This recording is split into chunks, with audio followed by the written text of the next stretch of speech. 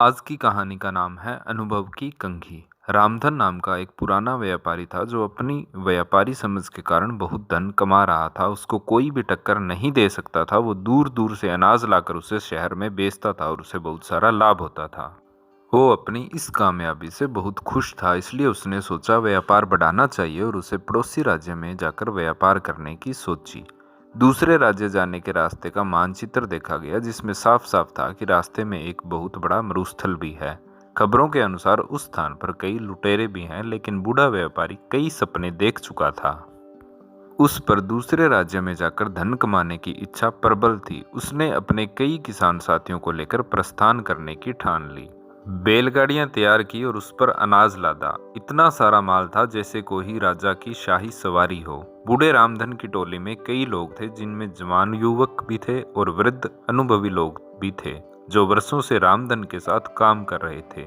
जवानों के अनुसार अगर इस टोली का नेतृत्व कोई नवयुवक करता तो अच्छा होता, क्योंकि यह वृद्ध रामधन तो धीरे धीरे जाएगा और पता नहीं उस मरुस्थल में क्या क्या देखना पड़ेगा। तब कुछ युवकों ने मिलकर अपनी अलग टोली बना ली और स्वयं का माल ले जाकर दूसरे राज्य में जाकर व्यापार करने की ठानी। रामधन को उसके चाहते लोगों ने इस बात की सूचना दी। तब रामधन ने कोई गंभीर प्रतिक्रिया नहीं दिखाई। उसने कहा, भाई, सबको अपना फैसला लेने का हक है।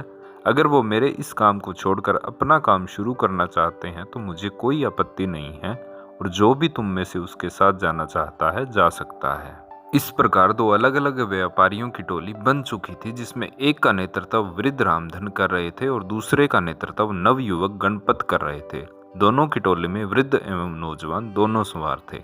सफर शुरू हुआ। रामधन और गणपत अपनी अपनी टोली लेकर चल पड़े। थोड़ी दूर सब साथ साथ ही चल रहे थे कि जवानों की टोली तेजी से आगे निकल पड़ी और रामधन और उसके साथी पीछे रह गए। रामधन की टोली के नौजवान इस धीमी गति से बिल्कुल खुश नहीं थे और बार बार रामधन को कोस रहे थे। कहते कि वो नौजवानों की टोली तो कब से नगर की सीमा लांघ चुकी होगी और कुछ ही दिनों में मरुस्थल को भी पार कर लेगी, लेकिन हम सभी इस बूढ़े के कारण भूखे मर जाएंगे।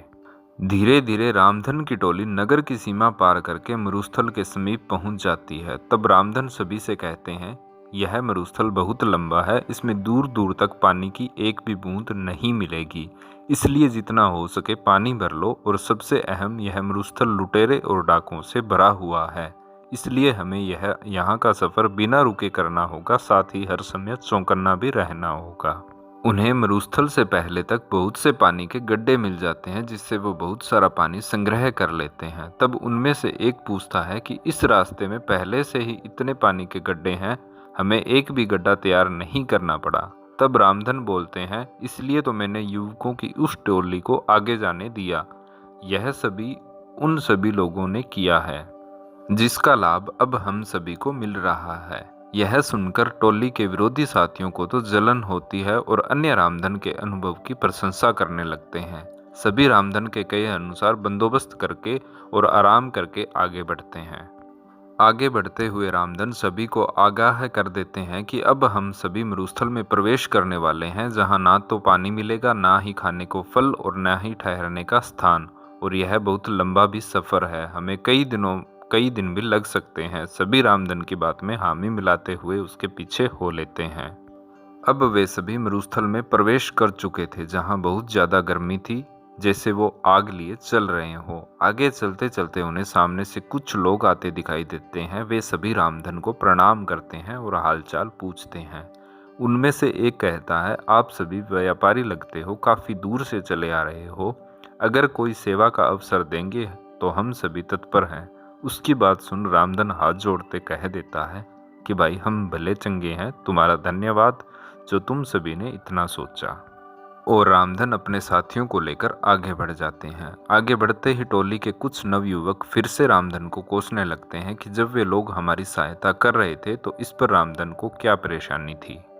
कुछ दूर चलने के बाद से फिर से कुछ लोग सामने आते दिखाई देते हैं, जिनके वस्त्र गीले होते हैं, और वे रामधन और उसके साथियों को कहते हैं कि आप सभी राहगीर लगते हो और इस मरुस्थल के सफर से थके हुए भी लग रहे हो। अगर आप चाहो तो हम आपको एक पास के जंगल में ले चलते हैं, जहां बहुत पानी और खाने को फल भी हैं। साथ ही अभी वहां पर तेज बारिश भी हो रही है, उसी में हम भीग गए थे। अगर आप सभी चाहे तो अपना सारा पानी फेंक कर जंगल से नया पानी भर लें और पेट भरकर फल खाकर आराम भी कर लें।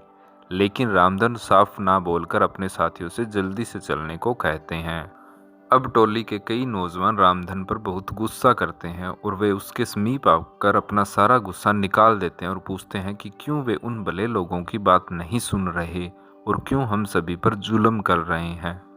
तब रामधन मुस्कुराते हुए कहते हैं कि वे सभी लुटेरे हैं और हमसे अपना पानी फिकवाकर हमें निसहाय करके हमें लूट लेना चाहते हैं और हमें यहीं मरने के लिए छोड़ देना चाहते हैं। तब वे नवयुवक गुस्से में दांत पीसते हुए कहते हैं कि सेठ जी, तुम्हें ऐसा क्यों लगता है? जब रामधन कहते हैं कि तुम खुद देखो इस मरुस्थल में कितनी गर्मी है, यहाँ कोई आसपास जंगल नहीं हो सकता, यहाँ की भूमि इतनी सूखी है कि दूर दूर तक बारिश ना होने का संकेत देती है, यहाँ एक परिंदे का घोंसला तक नहीं है, तो फल फूल कैसे हो सकते हैं? और आप निगाह उठाकर ऊपर देखो, दूर दूर तक कोई बारिश के बादल नहीं है, ना ही हवा में बारिश की ठंडक है, ना ही गीली मिट्टी की खुशबू। तो कैसे उन लोगों की बातों पर यकीन किया जा सकता है? मेरी बात मानो, कुछ भी हो जाए अपना पानी मत फेंकना और ना ही कहीं भी रुकना। कुछ देर आगे चलने के बाद उन्हें रास्ते में कई नरकंकाल और टूटी फूटी बैलगाड़ी भी मिलती है। वे सभी कंकाल गणपत की टोली के लोगों के थे। उनमें से कोई भी नहीं बचा था। उनकी ऐसी दशा देखकर सभी रोने लगते हैं क्योंकि वे सभी उन्हीं के साथी थे। तब रामधन कहते हैं कि जरूर इन लोगों ने तुम्हारे जैसे ही इन लुटेरों को अपना साथी समझा होगा और इसका परिणाम यह हुआ। आज इन्हें अपने जीवन से हाथ धोना पड़ा है।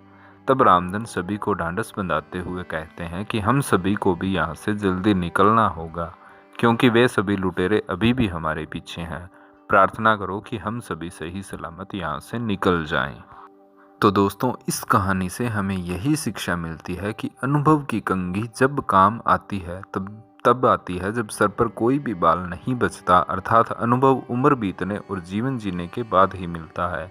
अनुभव कभी भी पूर्वजों की जागीर में नहीं मिलता। जैसे इस कहानी में युवकों में जोश तो बहुत था, लेकिन अनुभव की कमी थी जो कि रामधन के पास बहुत था, जिसका उसने सही समय पर इस्तेमाल किया और विपत्ति से सभी को निकाल कर ले गया।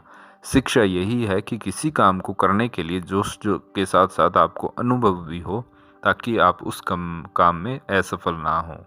कहानी अच्छी लगी हो तो आप इसे लाइक करें, शेयर करें और अगली कहानियों के लिए चैनल को भी सब्सक्राइब करें। धन्यवाद।